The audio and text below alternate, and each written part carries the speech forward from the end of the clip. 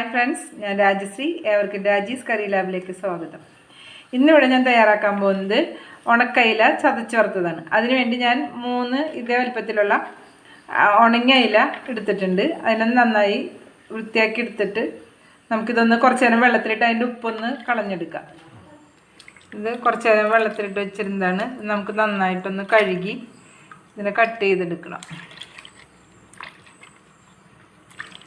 വെള്ളത്തിലിടുന്ന ഉപ്പിൻ്റെ അംശം കുറച്ചൊന്ന് പോകാൻ വേണ്ടിയിട്ടാണ്. അതിൽ നന്നായി കഴുകിയെടുത്തിട്ടുണ്ട്. അതിനെ ഞാൻ ചെറിയ പീസായിട്ടൊന്ന് കട്ട് ചെയ്തെടുക്കുകയാണ്. ഇതുപോലെ ചെറിയ ചെറിയ പീസുകളായിട്ട് കട്ട് ചെയ്തെടുക്കാം.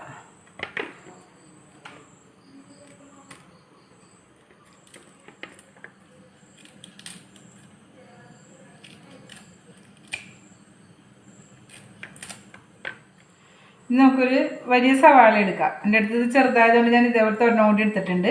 അതിനെ നമുക്ക് ചെറുതായിട്ടൊന്ന് കട്ട് ചെയ്തെടുക്കാം. ഇതേ വലിപ്പത്തിൽ കട്ട് ചെയ്തൊന്ന് മിക്സിയിലേക്ക് ഇട്ട് കൊടുക്കാനാണ്. അപ്പോൾ ഇതേ വലിപ്പത്തിലൊന്ന് കട്ട് ചെയ്താൽ അധികം അരഞ്ഞു പോവാതെ എടുക്കേണ്ടത്.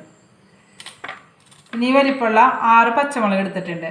അതും ഇതിലേക്കൊന്ന് ഇതേപോലെ കട്ട് ചെയ്ത് കൊടുക്കാം.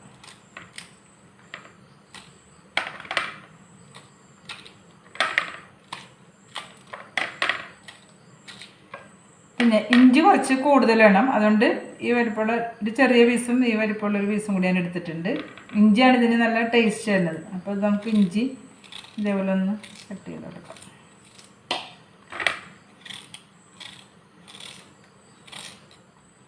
നമുക്കൊരു മിക്സിയുടെ ജാർ എടുത്തിട്ട് അതിലേക്ക് കട്ട് ചെയ്ത് വെച്ചേക്കുന്ന അയിലയുടെ പീസ് ഇട്ട് കൊടുത്ത് നമുക്കൊന്ന് ക്രഷ് ചെയ്തെടുക്കാം.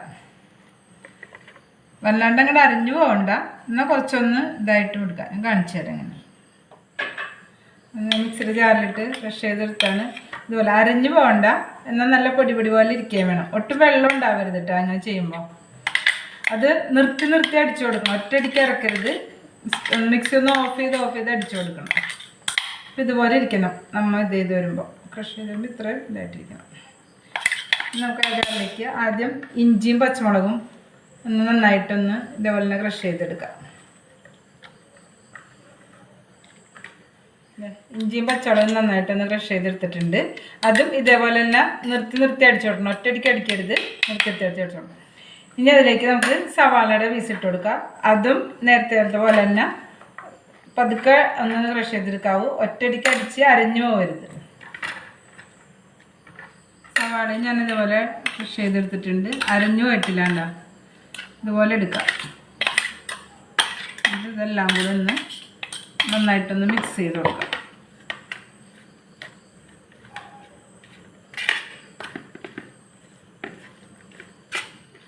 അപ്പോൾ ഞാൻ എല്ലാം കൂടെ മിക്സ് ചെയ്തെടുത്തിട്ടുണ്ട്. കുറച്ച് കറിവേപ്പിലൂടെ നമുക്ക് വേണം. പിന്നെ ഇതിലേക്ക് ചെറിയുള്ളിയാണ് കൂടുതൽ ടേസ്റ്റ് ചെയ്യുന്നത്. ചെറിയുള്ളി ആണെങ്കിൽ ഒരു 100-150 ഗ്രാം ചെറിയുള്ളിയോളം ചേർക്കാം. എൻ്റെ കയ്യിൽ ഇപ്പോൾ ചെറിയുള്ളി ഇല്ലാത്തതുകൊണ്ടാണ് ഞാൻ സവാള ചേർത്ത് കൊടുത്തത്. സവാള ചേർത്ത് നമുക്ക് തയ്യാറാക്കത്, പക്ഷെ ടേസ്റ്റ് ചെയ്യുന്നത് ചെറിയുള്ളിയാണ്. ഇനി നമുക്കിത് എങ്ങനെ തയ്യാറാക്കുന്നത് നോക്കാം. അതിനുവേണ്ടി ഞാനൊരു അടിയൊറ്റിയുള്ളൊരു പാത്രമാണ് എടുത്തേക്കുന്നത്. അത് നമുക്കൊന്ന് സ്റ്റൗ ഓണാക്കി ചൂടാക്കിയെടുക്കാം. ഇതിലേക്ക് നമുക്കിത് ഇട്ടും കൊടുക്കാം.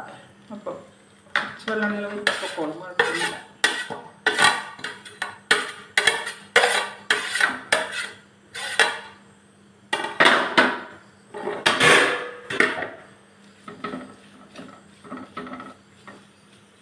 കുറച്ച് നേരം എണ്ണയില്ലാണ്ടാണ് ഇതിലെ വെള്ളം ഒന്ന് ചൂടായി വറ്റി വരട്ടെ.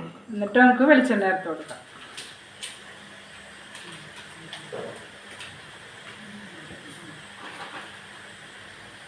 ഇതിൽ വെള്ളമൊക്കെ വറ്റിയിട്ടുണ്ട്. ഞാനിതിലേക്ക് വെളിച്ചെണ്ണ ചേർത്ത് കൊടുക്കണം. ഒരു 2 ടീസ്പൂൺ വെളിച്ചെണ്ണ ചേർത്ത് കൊടുക്കാം.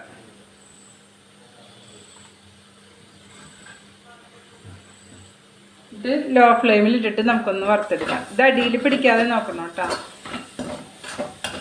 കരിഞ്ഞു വെച്ചതിൻ്റെ ടേസ്റ്റ് മാറും.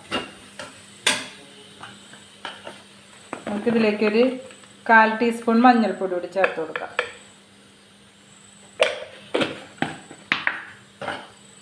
നമുക്കിതൊരുവിധം പകുതി മൊരിയുമ്പോൾ നമുക്കിതിലേക്ക് മുളക് പൊടി ചേർത്ത് കൊടുക്കണം. അപ്പോൾ അതുവരെ ഇങ്ങനെ ഇളക്കി കൊടുത്തുകൊണ്ടിരിക്കാം.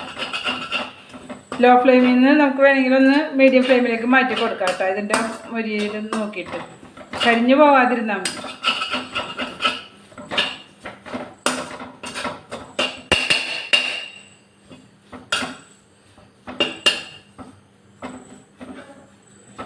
കുറച്ച് ലോ ഫ്ലെയിമിലിട്ടിട്ട് മീഡിയം ഫ്ലെയിമിലേക്ക് മാറ്റി ഒന്ന് നന്നായിട്ട് വറുത്തെടുക്കാം.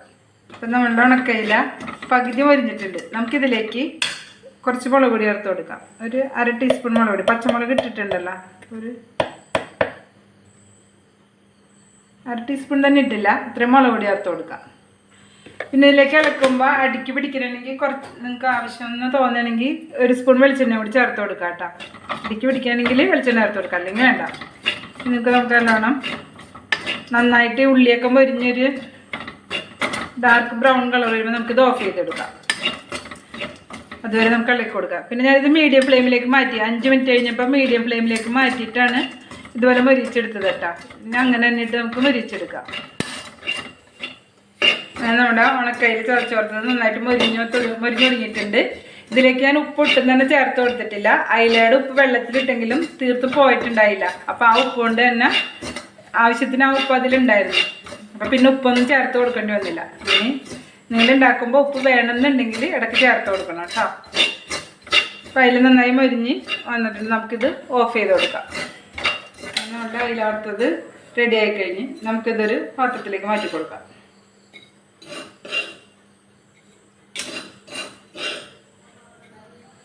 അങ്ങനെ നമ്മളുടെ ഉണക്കയില ചതച്ച് വറുത്തത് റെഡി ആയി കഴിഞ്ഞു. ഈ കറി ഒരല്പം മതി വയറ് നിറച്ച് നമുക്ക് എല്ലാവർക്കും ചോറുണ്ണാനായിട്ട്. അപ്പം ഇതെല്ലാവരും ട്രൈ ചെയ്ത് നോക്കണം. ഇഷ്ടമായാൽ വീഡിയോ ലൈക്ക് ചെയ്യാനും ചാനൽ സബ്സ്ക്രൈബ് ചെയ്യാനും മറക്കരുത്. ഇനി പുതിയൊരു ഡിഷുമായി നമുക്ക് വീണ്ടും കാണാം.